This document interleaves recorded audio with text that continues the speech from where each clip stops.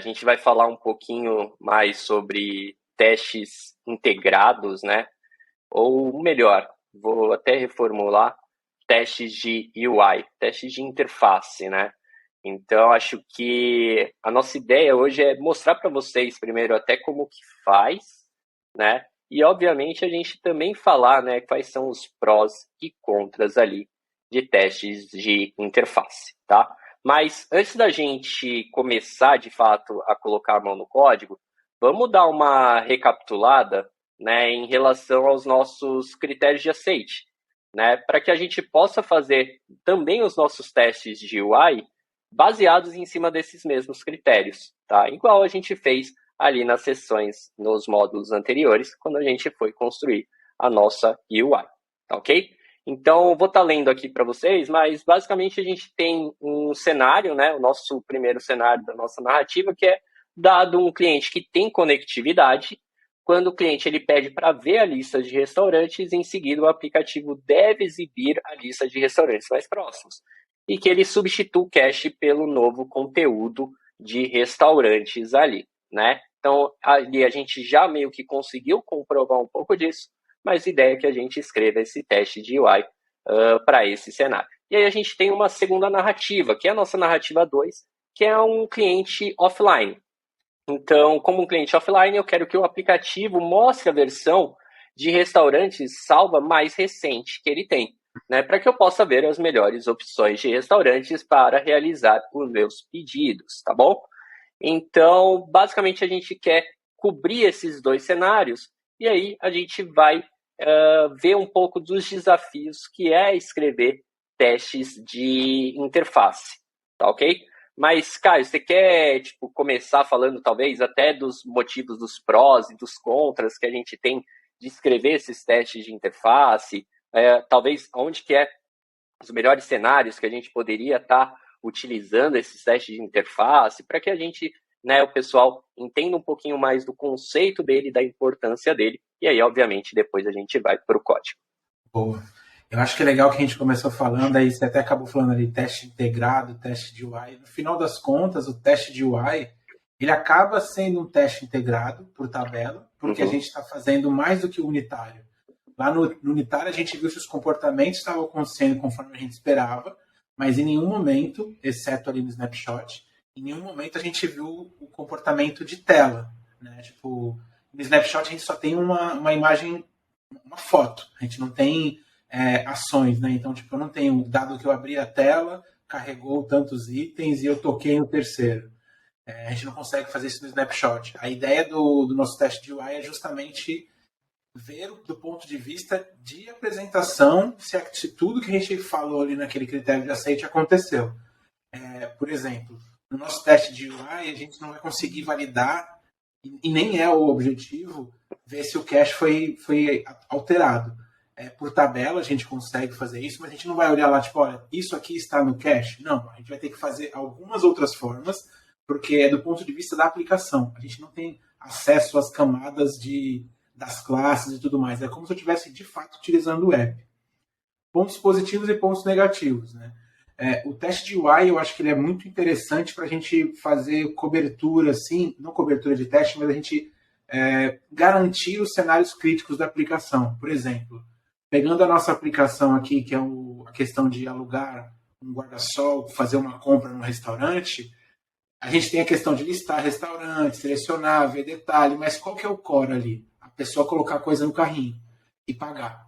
Então a gente pode fazer um teste de interface que justamente veja se está sendo possível fazer todo esse fluxo. A parte de listagem, o detalhe do carrinho, não é que não seja importante, mas não é o core. Então o teste de interface ele é muito bom para fazer essa parte, porque a gente garante tanto do ponto de vista de que está funcionando, quanto está fluindo as coisas. Ponto negativo. Legal. A gente tem que a gente tem que iniciar a aplicação e de fato usar ela. Esperar animações, a gente tem. Então, assim, ele é lento. É o teste mais lento que a gente tem na nossa pirâmide de testes ali. Ele vai ser o mais custoso. Então, a gente tem que usar com bastante parcimônia aí. Verdade. Eu acho que, pegando um pouquinho do gancho que você falou, né, geralmente as grandes empresas, elas tratam ali até um pouco como são os famosos testes regressivos, né? Porque aí dentro desses regressivos você vai fazer uma lista de funcionalidades que são essencial para o seu negócio, né? E que você precise estar sempre validando ele antes de subir qualquer nova versão, né? E aí geralmente você vai lá, faz esses regressivos, como você falou, eles vão ser mais demorados, e aí você tem um número mais limitado. Então você pode ali fazer, né? Tipo, outro dia eu estava até escutando, acho que um podcast, tudo, pessoal falando ali, que no Spotify você tinha mais de 50 mil testes unitários, assim. Eles falavam mais ou menos do tempo que eles levavam para rodar tudo isso. Então imagina se você fosse fazer desses 50 mil, você tivesse pelo menos 10 mil que fosse de interface. A gente vai ver aqui até questões um pouquinho de timing, né, que ele leva para fazer, seria tempos absurdamente grandes, né? E aí você perde muito essa questão de velocidade de desenvolvimento, né? Então, Release Train, que é algo que a gente vai ver logo em breve, vai perder o sentido quando você tem uma demora tão grande ali para executar os testes. Mas, legal. Boa, vamos começar então o nosso desenvolvimento aqui. Vamos criar o nosso primeiro teste. Então, o teste Launch should be show remote data, né, with a client have connectivity. Lembra que a gente falou? Nosso primeiro cenário é um cliente que tem conectividade. Ele vai pedir para ver a lista de restaurantes e a gente vai querer contar ali quantos itens tem dentro da nossa lista, tá? E aí, primeira coisa que a gente precisa fazer é setar aqui uma variável app, no caso, que é a nossa aplicação aqui, tá? Vejam que a gente não vai chamar de SUT, né? E aí a gente vai chamar aqui, ó, nosso XC UI Application, tá? Então a gente vai iniciar a nossa aplicação e agora a gente vai fazer o nosso launch aqui. Então vamos pedir para que o nosso aplicativo seja lançado. O que isso vai acontecer? Ele vai fazer com que instale o aplicativo dentro do nosso simulador, ele start o aplicativo e ele rode ali. E agora a nossa assertividade aqui, a gente pode fazer até um assert equal, não tem problema algum. E aí o que eu vou querer pegar é do nosso app. Vejam que como a gente trabalha com o Table View, a gente já tem algumas coisas que o próprio sistema já oferece para a gente, tá? A nossa parte ali de test case. Então uma delas, vejam que são as cells.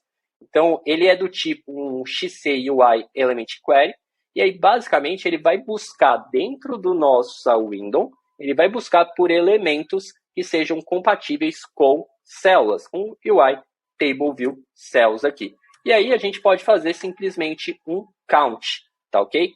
No valor aqui, deixa eu pegar o nosso aplicativo e ver até quantos itens ele tem. Então ele tem 1 até 10 itens aqui. E uma outra coisa que a gente pode tentar fazer aqui é o seguinte, vamos fazer uma outra assertividade, e vamos fazer o seguinte ponto. Eu vou fazer os cells aqui. Vou querer pegar o primeiro elemento dela, um first match. Então, primeira célula. E eu vou buscar por textos estáticos, tá? Então, se a gente voltar aqui, o que a gente tem de textos, né? Que são labels de fato. A gente vai ter 1, 2, 3, 4 labels. Então, a gente poderia até fazer um teste aqui se ele realmente tem 4 textos estáticos. Uma outra possibilidade que a gente tem, mas a gente não vai abordar ela agora no momento, que é a parte de acessibilidade. Então, a gente poderia definir, né, keys para cada item nosso de label, de imagens, acessibilidade, e a partir disso a gente buscar por elementos que contenham essa mesma chave. E aí a gente validar exatamente os valores que elas estão ali, tá bom? Mas aqui para o nosso teste a gente vai fazer algo muito mais simples para ser mais efetivo ali e funcional. Então, agora, lembrem-se também que a gente veio aqui no Sunny Day e a gente removeu os testes de UI, né? Então, vou voltar aqui no nosso Edit Scheme e eu vou falar para ele que eu quero que rode o Sunny Day UI testes. A gente já vem aqui e vai falar, olha, eu quero que ele execute em qualquer ordem, mas eu não quero que ele paralelize nada, tá bom? Então, vamos colocar aqui para rodar. Ele está apontando só um erro para a gente. Na verdade, faltou o nosso count, né? Porque a gente está contando ali o número de elementos. Então, vamos colocar aqui para rodar. E aí deixa eu deixar o simulador aqui do lado. Vejam que ele já carregou e ele conseguiu validar isso para a gente. Então, se a gente colocar aqui, por exemplo, vai ter 0 de células, e a gente mandar rodar, obviamente ele deve dar um erro para a gente, né? Porque ele vai falar, não, cara, o que eu achei foram 10 elementos e não 0 elementos. No nosso segundo teste, a gente vai fazer o seguinte, tá? Vamos chamar o teste launch should be show cache data when client does not have connectivity. Então, o que a gente vai precisar fazer, né? Qual que é o objetivo desse nosso teste aqui? A gente quer validar, a gente quer mostrar os dados que estão no cache de um cliente que não tem conectividade. Então, a gente vai precisar trabalhar com alguns elementos aqui, né? Vou colocar primeiro uns comentários para que a gente possa ir mapeando a nossa ideia. Então, eu acho que, primeiro, e lembre-se que um teste, ele tem que funcionar, ele não tem que depender de nenhum outro teste, tá? Então, a gente tem que sempre ir nessa linha de pensamento. Então, se o nosso aplicativo, primeiro, ele está sendo instalado do zero, para que a gente teste um cliente sem conectividade, primeiro eu preciso rodar um cliente com conectividade. Então, basicamente, a gente precisa de fazer isso daqui. E depois que a gente fizer isso daqui, né, de um cliente com conectividade, a gente vai precisar iniciar um novo teste com um cliente sem conectividade, offline. E aí sim, a gente vai precisar fazer a nossa assertividade. E a nossa assertividade ela tem que ser exatamente igual ao do teste anterior. Só que agora que vem alguns desafios, né, que a gente tem ali quando a gente fala de testes de interface. Então, você imagina aí, Caio, qual que seria, o que a gente precisa usar para os testes de interface ali, para que eles funcionem e tudo mais? Sim, sim. Eu acho que, como a gente tinha comentado, a gente não tem como, por exemplo, mocar, a gente não tem como usar um mirror para poder acessar uma classe. A gente tem que lembrar que o nosso teste de interface ele está acessando o aplicativo, já tipo compilado e rodando. Ele está basicamente acessando uma tela e tendo ações em cima da tela. Então, o máximo que a gente consegue fazer é, ao inicializar a nossa aplicação, a gente passar argumentos para ela. É uma coisa que, tipo, Boa. quase nunca usei e comecei a usar faz pouco tempo, mas é bem poderoso. Acho que para agora é o melhor ponto. Legal. Então, vamos trazer então essa parte que basicamente como que a gente faz, tá? Então, dentro quando a gente estiver rodando a nossa aplicação online, o primeiro ponto que eu quero fazer é lançar um argumento nele e aqui vejam que você pode passar um dicionário, tá? Então, é sempre chave e valor. No nosso caso aqui, eu só estou passando uma chave, não estou passando valor nenhum, que é um valor de reset, tá ok? Então vejam que eu estou até passando com um sinal de menos, porque vocês já devem ter visto, por exemplo, quando vocês procuram ali, estão trabalhando com Firebase, né?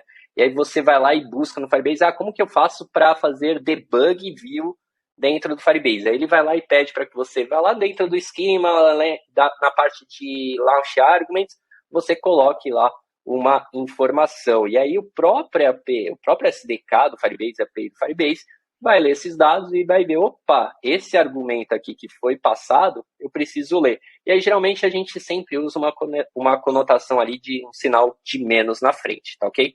Então, o que eu vou fazer? Como eu falei anteriormente, a gente não pode depender que um teste dependa de outro. Então, eu preciso iniciar minha aplicação e sempre falar para ela que, olha, dê um reset, tá ok? E aí, o segundo ponto que eu vou passar é que agora, quando eu estou offline, o que eu quero aqui? Eu vou passar a parte de conectividade. Então, vou colocar menos connectivity e eu vou colocar um valor para ele, né? Então, vou colocar aqui como offline. Então, o app ele vai inicializar a primeira vez, passando o argumento de reset, vai inicializar a segunda vez, passando o argumento de conectividade offline. E aí, vejam que dessa vez, eu, de fato, estou passando ali um valor para ele. Okay? Então, aqui, na verdade, é só vírgula, você vai meio que apendando os valores ali do seu launch arguments, né? Porque Vejam que ele é um array de strings, tá ok? Ele identifica aí, Júlio, ele sabe o que é um parâmetro quando tem o hífen e o valor é quando não tem o hífen. É isso aí. Mas, boa, ele rodou os nossos testes, e aí o que é o mais engraçado é o seguinte, né? É que funcionou. Só que isso daqui é um bug. Por quê? Porque se a gente pensar que ele tá batendo de fato com internet, né? Então, de fato, isso daqui não está sendo um teste verdadeiro. Então, a nossa primeira modificação, o que a gente vai precisar fazer aqui, né? Como a gente falou do reset, o reset a gente quer que ele apague o cache. Então, vamos fazer uma mudança aqui, vamos trazer esse nosso File Manager URL para fora aqui. Então, vou criar um private lazy var aqui, né? E vou criar o nosso File Manager. Aqui só ajustando tudo. Aqui, return. Legal. File Manager agora eu vou trazer para cá. Vejam que legal, ele já funciona. Mas vocês devem estar se perguntando por que eu estou fazendo isso. Se vocês se lembrarem, lá quando a gente estava fazendo a parte de testes do nosso cache service, a gente tinha uma rotina que ele fazia, que ele apagava, tá ok? Então, vamos vir aqui, vamos fazer exatamente a mesma rotina. A gente quer que ele remova esses itens. E aí, como que a gente faz isso, né? Aqui a gente pode passar no próprio SynDelegate, que é o nosso primeiro método a ser chamado. E aí, uma das formas que a gente tem para fazer é fazer isso daqui, ó. Vou colocar para a gente poder ler os argumentos, a gente tem algumas opções. A primeira delas, eu vou mostrar para vocês que é o command line, tá? E aí você tem os argumentos. E aí você consegue usar o contains, né? Então, assim, ele contém, por exemplo, o nosso reset, caso exista. Então, a gente quer que ele faça filemanager.removeItem e aqui a gente vai passar o nosso file manager URL. Boa, aqui a gente, obviamente, vai precisar do try, né? Porque exatamente o que a gente fez nos nossos testes aqui. Vejam que agora está compilando, e se a gente mandar isso daqui rodar agora, vamos vir aqui direto no nosso Sunnyday UI Test, e eu vou mandar rodar esse cara aqui. Ó. Ele ainda deve retornar um positivo, um falso positivo aqui para a gente. Mas vamos fazer mais agora um outro teste, porque a gente precisa passar a conectividade, né? Então, como que a gente pode fazer aqui, voltando aqui para o nosso SynDelegate? Para a questão da conectividade, o que a gente pode fazer, cara? Estou pensando aqui, mas eu acho que talvez a melhor solução é a gente criar um método que ele faça um nosso make remote loader, né? Que a gente chama ele de make remote loader e que ele faça uma validação. Então, de fato, eu vou fazer um if para saber se eu carrego o nosso remote service, o oficial, ou eu faço simplesmente um mock. Então, vou criar uma outra função aqui, vou deixar ela aqui, make remote loader. Vou chamar ela aqui e eu quero que ela me retorne um remote loader. Agora, eu vou mostrar uma outra forma da gente obter os dados, né, dos nossos argumentos. O primeiro deles foi usando o command line e o segundo pode ser um simples users default ponto, acho que é standard, né? Isso, ponto standard. E aí você consegue fazer um strings. E aí a gente passa, obviamente, nosso hífen connectivity aqui para ele.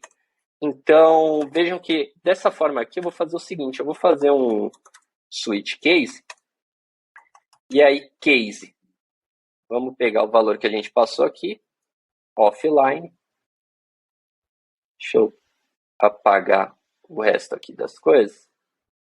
Então, o case offline, a gente vai precisar remover algo, né? Então, e agora o nosso default, né, que é o que a gente vai precisar fazer, a gente vai mandar remover retornar um remote service aqui. Só vou fazer uma alteração para que ele retorne um remote, um restaurant loader. E aqui vamos fazer o seguinte, vamos criar uma classe private final class e a gente vai fazer um remote loader mock, que vai se conformar com o nosso protocolo remote loader aqui. Ele vai pedir para que a gente implemente, e aí o que a gente vai falar simplesmente é que a gente vai retornar um problema de conectividade, tá? E aqui a gente vai fazer uso do nosso... A gente vai dar um return desse nosso carinha aqui. Vamos ver se está tudo compilando. Legal. Só que agora, onde a gente chama o nosso remote restaurant loader aqui, ó, a gente vai passar a chamar o nosso make remote loader e faz essa validação aqui para ele. Então, agora vamos voltar para o nosso Sunny Day UI testes e vamos fazer o seguinte. Vou passar aqui agora o valor para ele. E agora ele deve passar. Legal, passou. Mas será que realmente ele está funcionando? Então, para que a gente garanta isso do cache, vamos fazer um terceiro cenário, que é o test launch should be show empty data when client does not have connectivity in cache, tá? Então, é um cenário aqui que a gente vai falar o seguinte, a gente vai passar apenas uma inicialização do nosso app, porém, eu vou passar o reset, tá? Aqui eu vou aplicar o reset também, né, para que a gente sempre garanta que vai estar sendo apagado, e aqui eu vou pedir para ele apagar. Após isso, o app vai ser inicializado, e o que a gente quer de células é que seja igual a 0. Né? Então, aqui, de fato, eu estou apagando, e aí eu quero que as minhas células sejam 0. Além disso, da conectividade, eu vou passar também esse outro ponto, né, do reset, eu vou passar a conectividade offline, porque, de fato, eu quero testar o offline sem dados no cache e offline também. Então, deixa eu só trocar aqui, e aí vamos rodar o nosso último teste e ver o que vai acontecer. Vejam que acabou dando um erro aqui para a gente, mas vamos dar uma olhada para que a gente possa entender ali como o que a gente fez de errado, tá? Dentro do nosso Cine Delegate, tá? Primeiro o nosso command line, então ele contém ali de fato um valor. Então, quando a gente está usando o command line arguments, a gente está pegando exatamente os argumentos da forma que eles estão vindo. E aqui, basicamente, o que deve estar errado para a gente é dentro da parte do users default.standard aqui, tá? De fato, eu já acabei encontrando o meu erro, mas o que acontece? Quando a gente lança esses argumentos, eles são salvos automaticamente dentro do users default, como chave e valores. Né? E aí, como o Caio ele havia explicado, né, o próprio launch arguments, se a gente lê na própria documentação dele, ele vai pegar as chaves, que é tudo que contém hífen, e aí, caso ele tenha um valor, ele vai pegar, obviamente, o valor correspondente do lado, sendo o próximo campo do array. Só que, para o caso do use default, eles fazem o que? Eles removem o hífen da frente, tá? Então, vejam que, na verdade, eu só preciso passar o connectivity aqui para ele. E aí, na hora que a gente manda rodar esse cara de novo, ele funciona. Tá ok? Então, legal, ele tá funcionando ali de fato. Se eu passar o online, né, o que vai acontecer? Vejam que a gente não tem nenhum mapeamento para ele, deveria cair no default, e aí o default ele vai fazer a requisição na internet, só que a requisição na internet está funcionando, né? E aí ela remove os 10 itens ali. Tá ok? Então a gente aí já corrigiu o nosso erro. Vamos fazer o nosso commit então, né? Criando cenário de cliente offline e fazendo o uso do command line.arguments e do nosso users default aqui. Boa, useDefault.standard. Legal. Bom, acho que basicamente a gente terminou o nosso desenvolvimento aqui, o que a gente precisava cobrir dos nossos critérios de aceite que a gente tem até então, que seriam os nossos regressivos. Mas tem uma coisa aqui que está me incomodando um pouco, Caio, que é essa parte aqui do Cine Delegate tá com códigos que não são necessariamente códigos de produção, né? Então são Uhum. códigos que eu rodo eles apenas em alguns cenários de testes, né? Então, o que você acha disso aí? O que a gente pode estar fazendo aí para mudar e tudo mais? Boa. Essa parte do a gente olhar para o command line, né? Se a gente parar para pensar, quando a gente está rodando a aplicação no celular, a gente não existe isso, né? A gente aperta o botão, ele abre e, tipo, então a gente não vai passar esse argumentos aí. E o que você falou é verdade, né? A gente está usando isso aí só para os cenários de teste. Então, se é uma coisa de teste, não deveria estar influenciando na nossa aplicação de produção.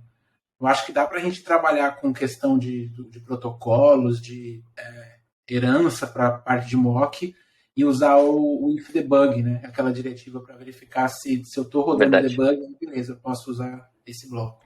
E aí, o que achou desse conteúdo? Gostou do vídeo? Então deixe o seu like, não esquece de compartilhar com seus amigos e ative o sininho para receber as próximas notificações.